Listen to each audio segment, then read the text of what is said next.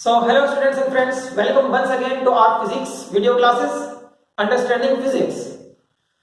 So students, today we are with second lecture of the second unit of our syllabus, that is current electricity.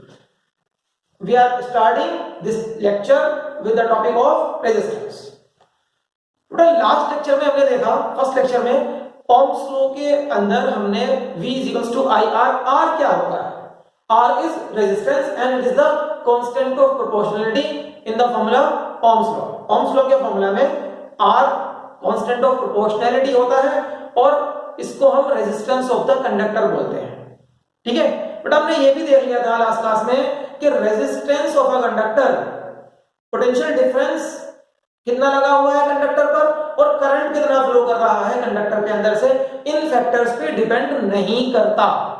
It does not depend upon potential difference applied across the ends of the conductor and current flowing through the conductor. In factors पे depend नहीं करता.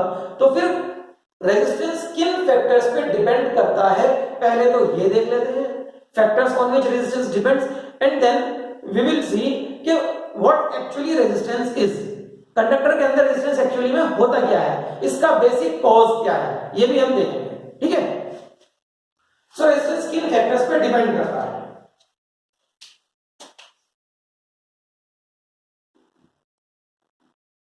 Factors on which resistance depends. The factors are number one, directly proportional to the length of the conductor. बड़ा कल हमने एक conductor बनाया हुआ था, उसको दोबारा से बना लेते हैं. लास्ट क्लास में जो आपने कंडक्टर बनाया था, this conductor, once again we have drawn it. Okay. Suppose the length of this conductor is L. So students, जो इस कंडक्टर का रेजिस्टेंस है वो लेंथ के डायरेक्टली प्रोपोर्शनल होता है. It is directly proportional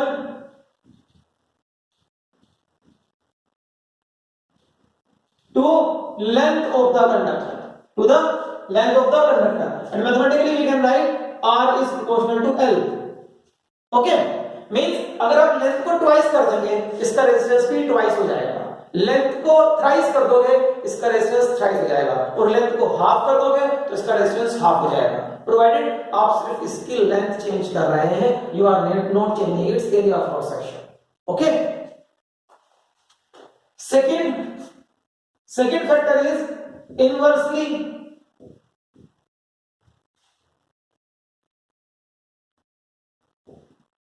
proportional to its area of cross section. Suppose this area, ये area, if this area is A, area of cross section यही होता है ना, this area is A, so it is inversely proportional to area of cross section. It means if area's cross section is made twice, resistance will reduce to half. अगर आप इसको twice कर दिया क्योंकि inversely proportional है तो resistance रह जाएगा half, provided you are not changing the length of the conductor. ठीक है, लेंथ चेंज नहीं करनी है अगर आप एरिया को चेंज कर रहे हो. ठीक, तो inversely proportional to area of cross section. Third factor depends upon physical parameters या physical quantities such as temperature, pressure, density, mainly temperature. हमें मेनली यहां पर टेम्परेचर करना है. Depends upon temperature. कैसे डिपेंड करता है? Resistance of a conductor increases with increase in temperature. अगर आप कंडक्टर के मटेरियल का टेम्परेचर बढ़ाएंगे तो इसका रेजिस्टेंस भी बढ़ने लगता है. ओके, और फॉर्मूला क्या है इसके लिए? R is equals to R naught 1 plus alpha delta T. बेटा ये फॉर्मूला हमको याद करना है. What is R? R is final temperature. Sorry, R is, what is R? R is final resistance. R naught is initial resistance. Alpha temperature coefficient कहलाता है ये। This is known as temperature coefficient. And what is delta T? Delta T is change in temperature, means delta T final temperature minus initial temperature, ये delta T है यहां पर, change in temperature. ठीक है, ये इनिशियल रेजिस्टेंस हो जाएगा, ये फाइनल रेजिस्टेंस हो जाएगा ना। What is temperature coefficient? Temperature coefficient her material का अलग होता है, मतलब it depends upon, it's value depends upon the nature of the material of the conductor and its SI unit is पर kelvin. SI unit of temperature coefficient is पर kelvin. बेटा ये इसकी एसआई यूनिट होती है, ये आपको याद रखनी है इस फॉर्मूले में जो अल्फा लिखा हुआ है। ओके, सो ये फॉर्मूला आपका रेजिस्टेंस के लिए आया है कि अगर आप टेम्परेचर बढ़ाएंगे तो रेजिस्टेंस भी बढ़ने लगता है, resistance also increases. Okay, so it means on increasing the temperature resistance will increase. ये समझ में आ रहा है? Resistance will increase. ओके, अब इसके बाद आप चेक करेंगे कि अगर रेजिस्टेंस टेम्परेचर पर डिपेंड करता है तो ओम्स लॉ में हमने क्यों टेम्परेचर को अलग से मेंशन किया हुआ है? देखो बेटा, ओम्स लॉ का जो हमारा स्टेटमेंट था, at constant temperature, at constant temperature current flowing through a conductor is directly proportional to the potential difference applied across its ends, और फॉर्मूला था हमारे पास V is equals to IR, V is equals to IR. Now this is very important, this is very important discussion here. हम बोलते हैं कि R is constant of proportionality in this formula. Constant of proportionality means इस फॉर्मूले के अंदर R constant है। ठीक है, मींस अगर R कांस्टेंट नहीं रहा ओम्स लॉ फेल हो जाएगा, क्योंकि ओम्स लॉ का स्टेटमेंट लिखने का बेस ही क्या है? Eight constant temperature. Temperature constant नहीं रहता है तो R भी कांस्टेंट नहीं रहता है, R चेंज हो जाता है, डिपेंड्स अपॉन द टेम्परेचर। ठीक है, तो अगर टेम्परेचर कांस्टेंट नहीं रहेगा R भी कांस्टेंट नहीं रहेगा, और R अगर कांस्टेंट नहीं रहेगा तो जिस फॉर्मूले में ये कांस्टेंट ऑफ प्रोपोर्शनैलिटी है वो फॉर्मूला क्या हो जाएगा? वो फॉर्मूला हो जाएगा इनवैलिड। दैट इज व्हाई क्या हो जाएगा invalid? Invalid if temperature is not constant. Why is it so? Why is it so? Because resistance changes with change in temperature. This is the reason, this is the reason, the answer to this question. Okay, so always remember that Ohm's law fails if temperature is changing. अगर इस conductor का temperature change होएगा तो Ohm's law valid नहीं होगा इस conductor के ऊपर। ठीक है, ओम्स लॉ लगाने के लिए फर्स्ट एंड फॉरमोस्ट कंडीशन जो सबसे पहले आपको चेक करनी है कि टेम्परेचर कांस्टेंट रहेगा। ठीक, so one of the failures of Ohm's law is change of temperature of the material of the conductor. Okay, ये एक कई जगह पर ओम्स लॉ फेल होता है, आगे डिस्कस करेंगे, ये उनमें से एक फेलियर है। ठीक है, अभी आगे आएगी हेडिंग अलग ही आ जाएगी, फेलियर ऑफ ओम्स लॉ अलग अलग, उसमें आपके पास सब हेडिंग्स होंगे। तो बेटा ये वो तीन फैक्टर्स जिनके ऊपर रेजिस्टेंस की वैल्यू डिपेंड करती है, याद करेंगे इसको। ठीक है, क्या है? लेंथ ऑफ द कंडक्टर, अगर लेंथ ऑफ द कंडक्टर बढ़ाएंगे रेजिस्टेंस बढ़ेगा। Area of cross section of the conductor, अगर area of cross section of the conductor बढ़ाएंगे तो रेजिस्टेंस कम हो जाएगा inversely. And temperature, on increasing the temperature of the material of the conductor its resistance also increases, और vice versa, मतलब decrease करोगे तो डिक्रीजेस। ठीक, इसके बाद हम देखेंगे what is the cause of resistance, resistance का कॉज क्या है। ठीक है, और इससे आपको पता चल जाएगा actually what is resistance, resistance actually होता क्या है, ये भी आपको यहां से क्लियर हो जाएगा। ठीक स्टूडेंट्स, तो हम चलते हैं what is the cause of resistance पर। Cause of resistance,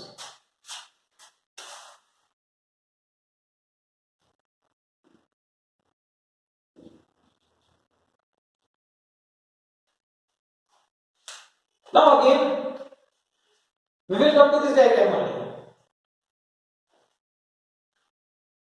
So in this diagram, students, let's see what is happening here. Now if we are having a cell or a battery applied across its ends, so larger plate means higher potential, जिसको हम normally positive से show करते हैं, तो ये वाला and तो इस कंडक्टर का हायर पोटेंशियल पर है, and smaller plate normally shown with the negative sign means lower potential, ये वाला एंड इस कंडक्टर का लोअर पोटेंशियल पर है। इट मींस मैंने इस कंडक्टर को पोटेंशियल डिफरेंस दे दिया है। पोटेंशियल डिफरेंस दे दिया है तो इस कंडक्टर के ऊपर इलेक्ट्रिक फील्ड काम कर रहा है। The direction of electric field is from higher to lower potential. आपको याद होना चाहिए statement, potential decreases in the direction of electric field. Okay, बोलिए मेरे साथ, potential decreases in the direction of electric field. याद करना है इस स्टेटमेंट को। सो अगर पोटेंशियल के डायरेक्शन, पोटेंशियल के डिक्रीज होने के डायरेक्शन में इलेक्ट्रिक फील्ड आता है तो इट मींस इलेक्ट्रिक फील्ड का डायरेक्शन ये होगा। This is the direction of electric field. Okay, but अब इसके अंदर है कुछ इलेक्ट्रॉन्स जो होते हैं negative, free electrons. Suppose these are free electrons, these are free electrons. Okay, now they are always in random state of motion.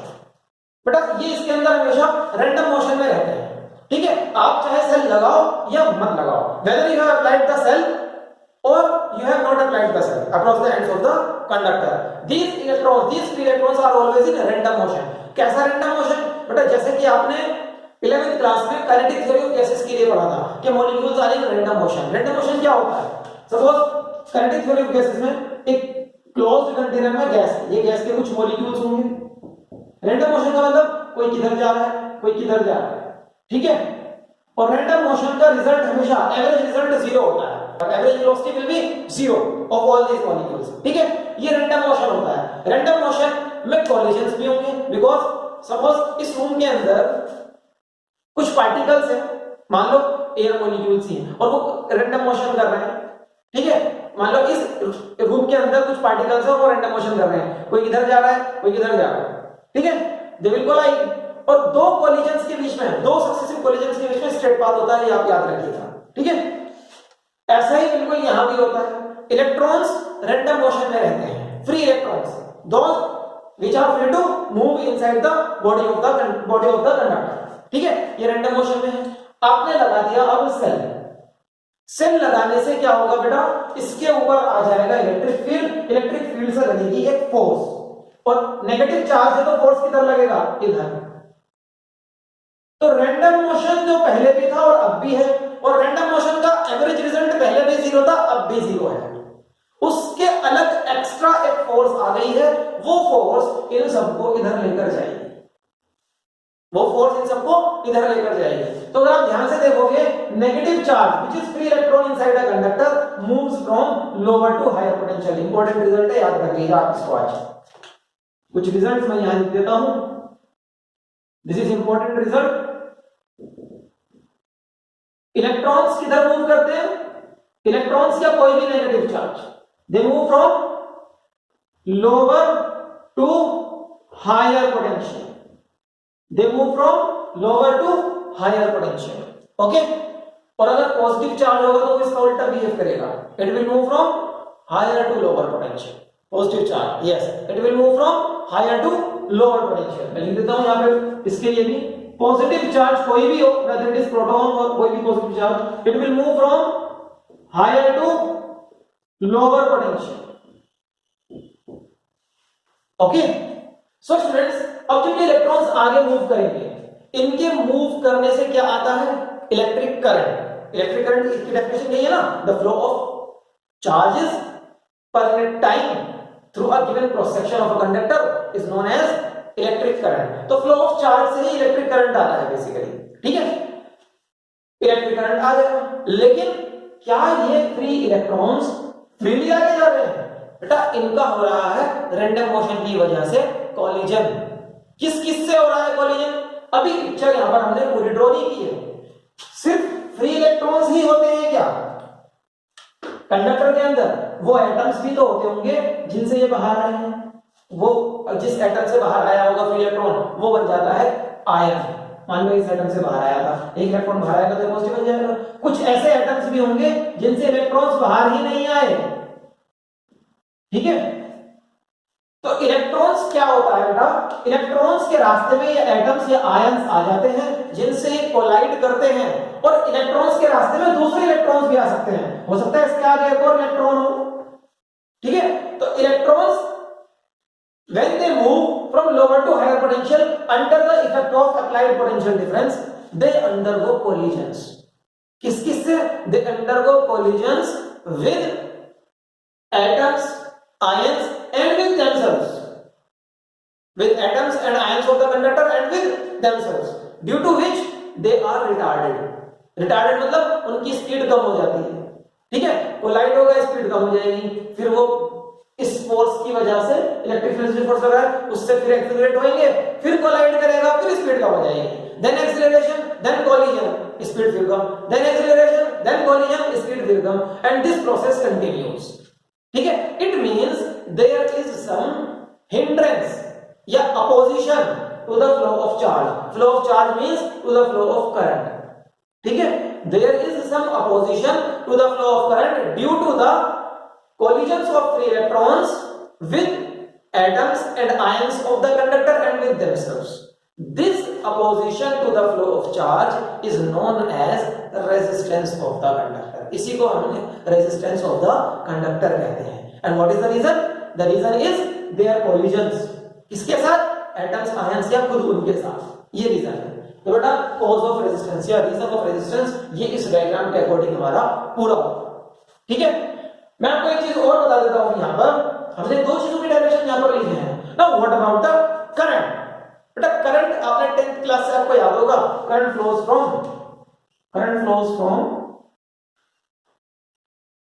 Higher to lower potential of the battery, ठीक है, या positive terminal of the battery towards the negative terminal in the external circuit. मतलब वो circuit जो battery से बाहर connected है उसको एक्सटर्नल सर्किट बोलते हैं, ठीक है।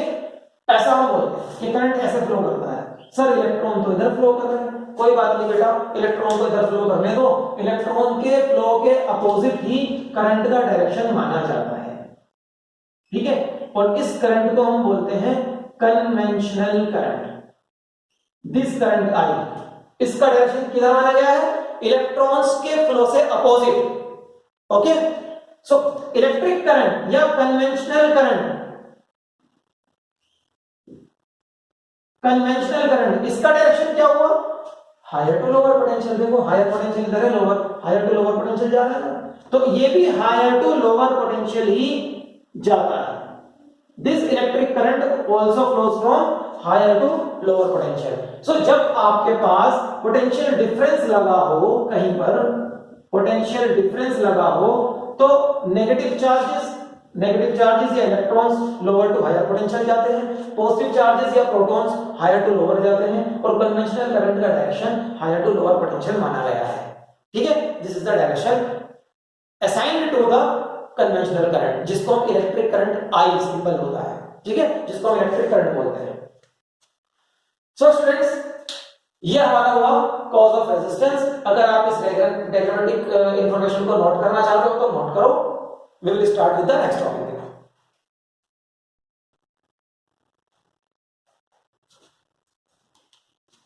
Now students, we will move toward next heading of the lecture today. Next heading में क्या करना है बेटा? अभी आपने देखा कि रेजिस्टेंस किन फैक्टर्स पर डिपेंड करता है, ठीक है। अगर रेजिस्टेंस इन फैक्टर्स पर डिपेंड करता है जो हमने अभी डिस्कस किए थे, length and area of cross section and temperature, all that, तो इन सारे फैक्टर्स को रिलेट करने वाला कोई मैथमेटिकल फॉर्मूला होगा जो हमें रेजिस्टेंस का आंसर देगा, ठीक है। वो फॉर्मूला हमें देखना है कि वो फॉर्मूला क्या हो सकता है। इस फॉर्मूले को हमने 10th क्लास में भी किया था, एक बार फिर करते हैं और देखते हैं कैसे आता है ये फॉर्मूला, ठीक है। मींस फॉर्मूला फॉर रेजिस्टेंस, आप बेसिकली इस हेडिंग को लिख सकते हैं रेजिस्टेंस एंड रेजिस्टिविटी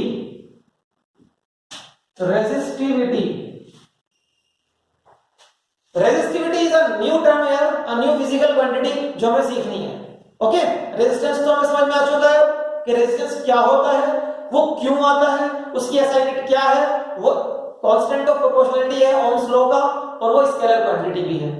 रेजिस्टेंस तो समझ में आ चुका है। रेजिस्टेंस किन फैक्टर्स पर डिपेंड करता है वो भी पढ़े, लेकिन उन फैक्टर्स को एक फॉर्मूला में लिखेंगे, उन सभी फैक्टर्स को हम एक फॉर्मूला में लिखने वाले हैं। ठीक है, so it has been found experimentally, ये सब एक्सपेरिमेंटल स्टडीज होती हैं। ठीक, तो it has been found experimentally that number 1, resistance of a conductor is directly proportional to its length.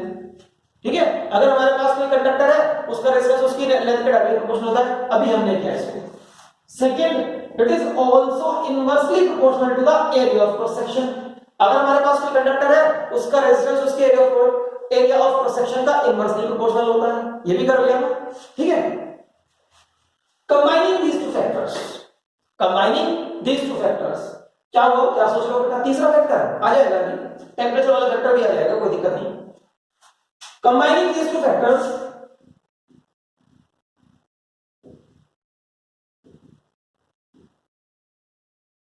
I can write R is proportional to L upon A, ये लिख सकता हूं, R is proportional to L upon A। ठीक है, अब इस formula के लिए, इस एक्सप्रेशन के लिए जिसमें एक प्रोपोर्शनल साइन है, मुझे चाहिए कांस्टेंट ऑफ प्रोपोर्शनलिटी, जिससे कि एक मैथमेटिकल फॉर्मूला बन जाए रेजिस्टेंस का।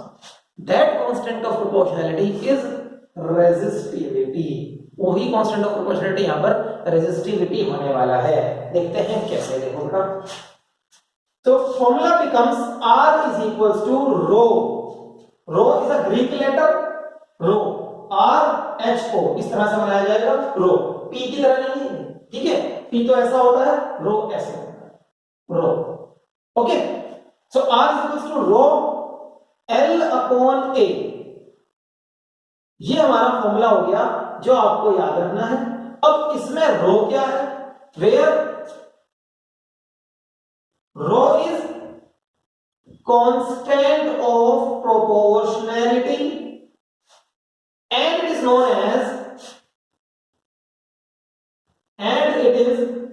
As resistivity. Learn this name, resistivity of the material of given conductor। Okay, क्या नाम है बच्चों इसका?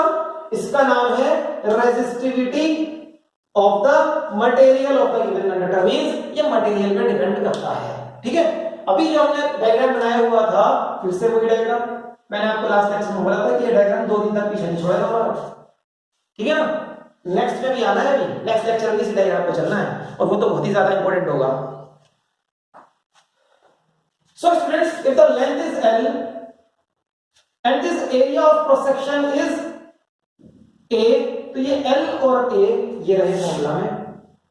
अब वैसे टेंपरेचर कौन, टेंपरेचर कहां रह गया? अभी तो सर आपने सिखाया था कि टेंपरेचर पे भी डिपेंड करता है। देन तो फॉर्मूला में क्यों नहीं आ रहा है बेटा? वो इंक्लूड हो चुका है। कहां गया, देखते हैं कहां गया। वो यहां है, रो के अंदर। अभी आपको रो का नाम बताया ना, बस रो है क्या चीज ये थोड़ी बताया है। Rho is resistivity of the material of the given conductor, means it is a characteristic property of the material. हर मटेरियल की अलग रेजिस्टिविटी होती है, समझ गए आप? जैसा कि कॉपर की रेजिस्टिविटी अलग होगी, एल्यूमिनियम की रेजिस्टिविटी अलग होगी, सिल्वर की रेजिस्टिविटी अलग होगी। बेटा रेजिस्टेंस तो कॉपर का सिल्वर का एक सा हो सकता है, लेकिन रेजिस्टिविटी कभी सेम नहीं हो सकती कॉपर एंड सिल्वर की। तो इसका मतलब ये हुआ, रेजिस्टिविटी एक तरीके से कैरेक्टरिस्टिक प्रॉपर्टी होती है मटेरियल की। अगर आपको किसी मटेरियल की रेजिस्टिविटी पता है तो आप उस मटेरियल को आइडेंटिफाई कर सकते हैं, वेदर इट इज कॉपर या whether it is aluminium, whether it is silver और गोल्ड और एनीथिंग एल्स। ठीक है, आप उसकी रेजिस्टिविटी की वैल्यू से उसको आइडेंटिफाई कर सकते हैं। बिल्कुल ठीक ऐसे जैसे आप अपनी क्लास में स्टूडेंट्स को उनके नाम से आइडेंटिफाई कर लेते हैं, या फिर उनके रोल नंबर से आइडेंटिफाई कर लेते हैं कि भाई रोल नंबर 6, अच्छा ये तो राहुल का रोल नंबर है। ठीक है, ऐसे बिल्कुल इसी तरीके से रेजिस्टिविटी से आप उस मटेरियल को आइडेंटिफाई कर सकते हो कि उस मटेरियल का क्या नाम होगा। ठीक, तो resistivity is the characteristic property of the material. Okay, resistivity depends upon, ये मेन है, resistivity depends upon, resistivity of material depends upon, now one factor we have already done, nature of the material। कोई material बदलोगे तो resistivity तो बदलेगी। आपने लिया copper का wire, ठीक है, थोड़ी देर में आप बोलते हैं कॉपर का वायर नहीं लगाएंगे हम तो सिल्वर का वायर लगाएंगे, तो रेजिस्टिविटी विल चेंज। कैसे आप मटेरियल चेंज करोगे? तो number 1 it depends upon nature of material, ठीक है, इसलिए यहां लिखा है resistivity of material. Number 2 is the main factor here, depends upon तो लिखा हुआ है, depends upon temperature of the material, and as the temperature increases resistivity increases, as the temperature decreases resistivity decreases, and the formula is rho is equals to rho naught 1 plus alpha delta t। ये क्या लिख दिया sir? ये तो बिल्कुल लिखा था आपने फॉर्मूला। यस बेटा, सिमिलर फॉर्मूला है, बस यहाँ r और r नॉट था, अब रो और रो नॉट है। मींस जो रिलेशनशिप रेजिस्टेंस के लिए था बिल्कुल वैसे ही रिलेशनशिप रेजिस्टिविटी के लिए है। बेटा अगर रेजिस्टिविटी टेम्परेचर बढ़ाएंगे तो बढ़ जाती है, टेम्परेचर कम करेंगे तो घट जाती है, ठीक है। It increases with increase in temperature, it decreases with decrease in temperature. So if resistivity depends upon temperature, resistivity temperature पर डिपेंड करती है, तो R रेजिस्टिविटी पर डिपेंड करता है, तो R को आप क्या कहेंगे indirectly? It depends upon temperature. आ गया ना वो तीसरा फैक्टर, थर्ड, ठीक है, ये थर्ड फैक्टर ये रहा। It means resistance also depends upon temperature. यहां पर आप लिख सकते हैं it means resistance also depends upon temperature, okay, and in the same manner if temperature increases resistance increases, if temperature decreases then resistance of the conductor decreases। beta mind it, we are doing these studies for conductors, non conductors के लिए नहीं पढ़ रहे हैं आप लोग, okay, for conductors, ठीक। सो ये आपका हुआ फॉर्मूला फॉर रेजिस्टेंस, और इसमें हमने इंट्रोड्यूस किया कि रेजिस्टिविटी क्या होता है, ठीक है। ये एक मटेरियल की कैरेक्टरिस्टिक प्रॉपर्टी होती है। बेटा रेजिस्टिविटी की SI यूनिट नहीं करी अभी तक में, what is the SI unit for resistivity. अगर SI यूनिट ऑफ रेजिस्टिविटी जानना चाहते हो तो इस फॉर्मूला को रेजिस्टिविटी के लिए लिख लो। Write this formula for resistivity, RA upon L, is it, ठीक है ना। देखो RA अपॉन L, और यहां से SI यूनिट ऑफ रेजिस्टिविटी चाहिए, तो R की SI यूनिट लिखते हैं रेजिस्टेंस की क्या होती है? ओम। एरिया की क्या होती है? Metre square. लेंथ की क्या होती है SI unit? Metre. 1 metre cancel हो जाएगा, what is the SI unit for resistivity? क्या बचती है? Ohm metre, ohm metre. ये हमारी रेजिस्टिविटी की SI यूनिट आ गई, ठीक है।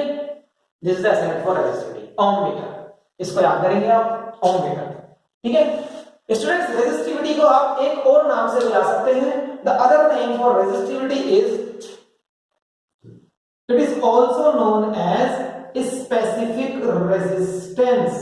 सो कहीं नाम लिखा मिल जाए स्पेसिफिक रेजिस्टेंस तो डोंट गेट कंफ्यूज, इस तरह का कुछ नहीं पता है स्पेसिफिक रेजिस्टेंस क्या होता है, बट स्पेसिफिक रेजिस्टेंस रेजिस्टिविटी का दूसरा नाम होता है, ठीक है।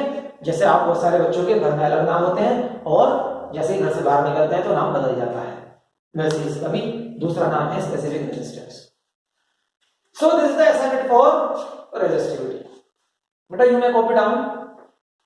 Now another important thing which I am going to tell you here is that कि जैसे मैंने ये फॉर्मूला लिखा, SI यूनिट निकालने के लिए लिखा था ना इस फॉर्मूले को, रेजिस्टिविटी की SI यूनिट निकालने के लिए। आप मेरे को बताओ कि अगर मैं एरिया को ट्वाइस कर दूं तो मटेरियल की रेजिस्टिविटी पे क्या इफेक्ट आएगा? What will be the effect on the resistivity of this material? इसके एरिया को ट्वाइस कर दिया, इसको मोटा कर दिया, ठीक है। तो बताइए इसकी रेजिस्टिविटी जो अभी हमने कैलकुलेट की हुई है, रेजिस्टिविटी, उसके ऊपर क्या इफेक्ट आने वाला है? of the effect. As per the formula, it will become twice. जिनका आंसर ये है वो सब गलत बता रहे हैं. Resistivity is constant of proportionality in this formula. अभी तो रेजिस्टेंस के लिए बताई थी ये सब चीजें. So it means resistivity does not depend upon length of the conductor, area of the conductor. Okay, it only depends upon these factors. It only depends upon these factors. लिखे तो हैं, इनको टेम्परेचर को चेंज करोगे तो change होगी, material change कर दोगे तो रेजिस्टिविटी चेंज होगी, लेकिन किसी कंडक्टर की लेंथ और एरिया को आप कितना ही छेड़ते रहो उसकी रेजिस्टिविटी चेंज नहीं होगी. ये इसकी कैरेक्टरिस्टिक प्रॉपर्टी है. ठीक है, क्या करेगा. ठीक है, तो रेजिस्टिविटी डिपेंड नहीं करती उन सारे फैक्टर्स पे जो इस फॉर्मूले के अंदर है. क्यों? क्योंकि रेजिस्टिविटी तो इस फॉर्मूले का कांस्टेंट है, कांस्टेंट ऑफ प्रोपोर्शनैलिटी है. ठीक है, तो रेजिस्टिविटी नहीं डिपेंड करती. Now I am going to define SI unit of resistivity. Resistivity को डिफाइन करना है. Okay, we will use this formula to define resistivity या स्पेसिफिक रेजिस्टेंस. क्या है इस फॉर्मूले में? अगर मैं इस फॉर्मूले के according area of cross section 1 unit कर दूं, मतलब कोई भी यूनिट हो, अगर ऐसा यूनिट तो 1 मीटर स्क्वायर और सीजीएस यूनिट तो 1 सेंटीमीटर स्क्वायर, 1 यूनिट कर लूं, और लेंथ को भी 1 यूनिट कर लूं. मींस ऐसा यूनिट अगर है तो 1 मीटर और सीजीएस सिस्टम है तो 1 सेंटीमीटर. सो हमारा रेजिस्टिविटी आता है, resistivity comes out to be R into 1 upon 1, means resistivity is equals to R. But this is true only numerically, मतलब दोनों के नंबर्स सेम हो जाएंगे, दोनों के नंबर्स सेम हो जाएंगे. जितनी वैल्यू रेजिस्टेंस की होगी उतनी रेजिस्टिविटी की होगी, लेकिन रेजिस्टेंस के साथ आप ऐसा यूनिट ओम लिखेंगे और इसके साथ ऐसा यूनिट क्या लिखेंगे? ओम मीटर लिखेंगे. ठीक है, तो यहां से आप डिफाइन करोगे रेजिस्टिविटी क्या होता है.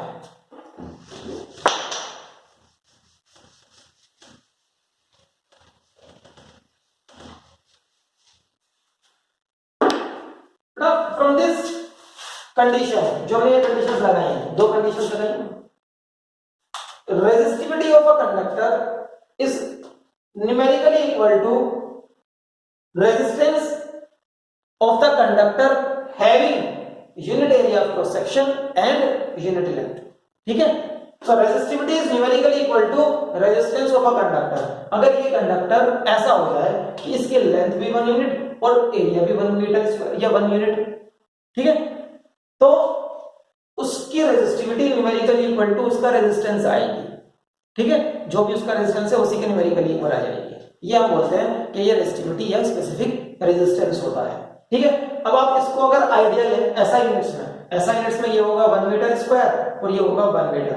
बेटा ये एरिया और ये लेंथ, ये शेप एंड साइज कुछ समझ में आता है कितना हुआ? इस शेप एंड साइज का अगर आप एक आइडिया लें तो सपोज एक सिलेंडर के अकॉर्डिंग आइडिया लें, इसका सिलेंडर के अकॉर्डिंग क्या आइडिया लगेगा? देखो बेटा, एरिया ऑफ क्रॉस सेक्शन है 1 मीटर स्क्वायर. ठीक है, ये 1 मीटर स्क्वायर है, या इसको आप ऐसा मान लो, चलो सिलेंडर नहीं, हम इसको मानेंगे क्यूबॉइड. 1 मीटर की लेंथ, 1 मीटर की ब्रेड्थ और 1 मीटर की हाइट, है ना, तीनों डायमेंशन में हो जाएंगे, 1 into 1 और 1 मीटर की हाइट. सो 1 मीटर की लेंथ ब्रेड्थ हाइट का बॉक्स कितना बड़ा होता है? अब आइडिया लग रहा है आपको? फ्लोर से सोचो 1 मीटर कितना आएगा, राउंड अबाउट हमारी वेस्ट हाइट से ऊपर निकल जाता है 1 मीटर. ठीक है, 1 मीटर की हाइट, 1 मीटर की ब्रेड्थ एंड 1 मीटर की विड्थ, ये लेंथ ब्रेड्थ हाइट हो जाएगी इसकी.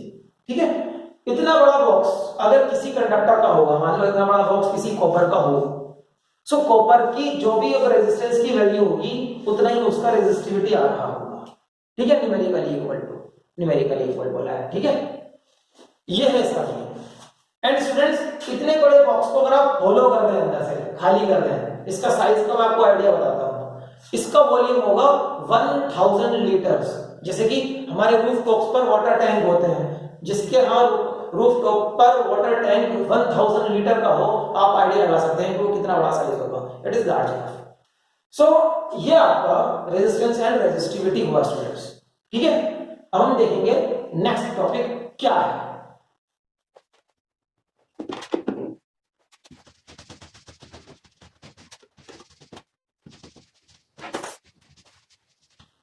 नेक्स्ट टॉपिक में दो डेफिनेशंस करनी है, छोटी छोटी सी डेफिनेशंस हैं।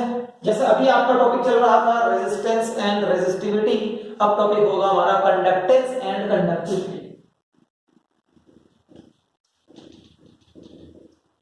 Conductance and conductivity. But what is conductance? Conductance is nothing but the reciprocal of resistance. जो भी रेजिस्टेंस आपने पढ़ा है ना, उसका अगर रेसिप्रोकल कर दो, हो गया ना रेसिप्रोकल, 1/r। रेजिस्टेंस का रेसिप्रोकल कर दोगे तो मिलेगा कंडक्टेंस। कंडक्टेंस को नॉर्मली G से लिखते हैं, G symbol used for conductance, this is conductance, ठीक है। इसकी ऐसा यूनिट चाहिए, रेजिस्टेंस की होती है ओम, तो 1/ओम। ऐसा यूनिट होगी इसकी 1/ओम। इसको क्या लिख सकते हो, ओम इनवर्स, ओम ऊपर चला जाएगा ना, ओम की पावर -1, ये इसके ऐसा यूनिट होगी। ओम इनवर्स को हम MHO भी लिख देते हैं। It is also one of the method adopted to write the assignment for conductance, MHO उल्टा कर दिया बस इसको, ठीक है। और इसका एक और नाम है SIEMEN, सीमेन, सेम, ठीक है। Assignment of conductance, ohm inverse या मो या siemens. Siemens can also be used, can also be denoted by letter S letter से आप सीमेन को डिनोट कर सकते हो, बिल्कुल ठीक ऐसे ही जैसे ओम को किस लेटर से डिनोट करते थे, ओमेगा से, तो ये ओमेगा इनवर्स हो जाएगा, ठीक है। या तो ओमेगा इनवर्स लिख लीजिए या S लिख लीजिएगा, one and the same thing. तो this is conductance. What is conductance? The reciprocal of the resistance of a substance is known as its conductance, ठीक। कंडक्टिविटी, बड़ा कंडक्टेंस तो रेजिस्टेंस का रेसिप्रोकल है, कंडक्टिविटी रेजिस्टिविटी का reciprocal होता है। The reciprocal of the resistivity of the material of a substance is known as its conductivity. और resistivity का सिंबल क्या था, रो, तो 1/रो। इसके लिए हम सिंबल यूज करते हैं sigma, this symbol is sigma used for conductivity, conductivity, okay.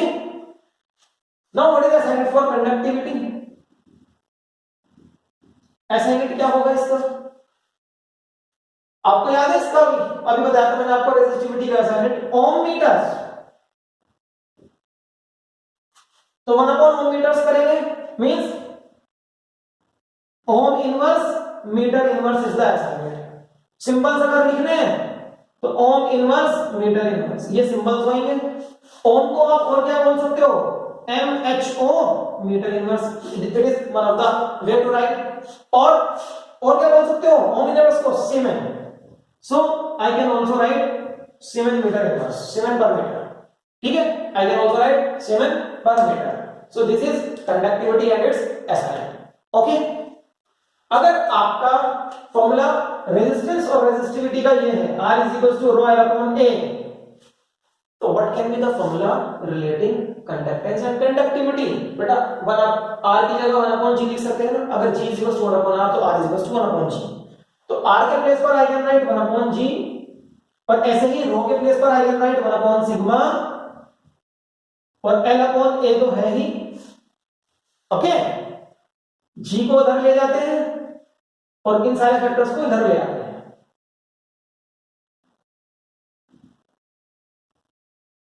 आप इसको ऐसे लिख सकते हो, G = सिग्मा A/L। देखो इसको यहां से आने में रेजिस्टेंस = रेजिस्टिविटी इनटू L/A, ठीक है ना। मैंने आपको पहले भी बताया था, फॉर्मूले कभी ऐसे मत याद किया करो, R = L/A। जब आप इनके सिंबल्स याद कर रहे हो, इनके सिंबल्स के नाम याद होने चाहिए आपको। तो R पर resistance, resistance = resistivity into L/A। L तो लेंथ और A और एरिया ऑफ क्रॉस सेक्शन है ही, ये तो रेजिस्टेंस और रेजिस्टिविटी का फॉर्मूला हो गया। रेजिस्टेंस की जगह देखो क्या है, G। Conductance, so conductance = conductivity into A/L। L by A से A by L होता है, ठीक है। Resistance resistivity L by A, conductance conductivity A by L, ठीक। ये भी आपके पास एक फॉर्मूला है, इसको भी आप याद रखिएगा, ठीक है। चीजें इधर उधर से मिक्स करके आ जाती हैं, फिर आपको लगता है कि सर ये कुछ नया पूछ लिया है। नया कुछ नहीं होता बेटा, चीजें नई वो होती हैं जो हम छोड़ कर जाते हैं बस, ठीक। तो जिसने ये पढ़ाया है उसे ये भी पढ़ाना चाहिए, और अगर नहीं पढ़ाया तो आप उसको ब्लेम ना करें, इतना आप खुद भी कर सकते हैं, ठीक है। If you have been taught this, तो इसको आप यहां खुद अप्लाई कर सकते हैं। इनको बोलते हैं एप्लीकेशन बेस्ड क्वेश्चंस। बोर्ड में ऐसे क्वेश्चंस आते हैं, एप्लीकेशन बेस्ड क्वेश्चंस, ठीक है। सो बेटा कॉपी कर सकते हैं आप इसको। So students, that's all for this lecture today. आज का लेक्चर यहीं रोकते हैं, और आज के लेक्चर में मैं आपसे फिर कहूंगा कि अगर आपको कोई ऐसी चीज है जो नहीं समझ में आ रही है, then you may please ask me. आप मेरे व्हाट्सएप नंबर पर मैसेज सेंड कर सकते हैं, या फिर आप यहां पर कमेंट कर सकते हैं, ठीक है। I will try to reply as soon as possible, okay. So students, hope you are learning well, and see you in the next lecture. Till then, bye bye.